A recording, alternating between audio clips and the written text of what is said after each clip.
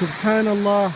هذا شلال ثاني آخر في نفس مدينة أوين ساوند اللي تبعد حوالي 200 كيلومتر من مدينة تورونتو.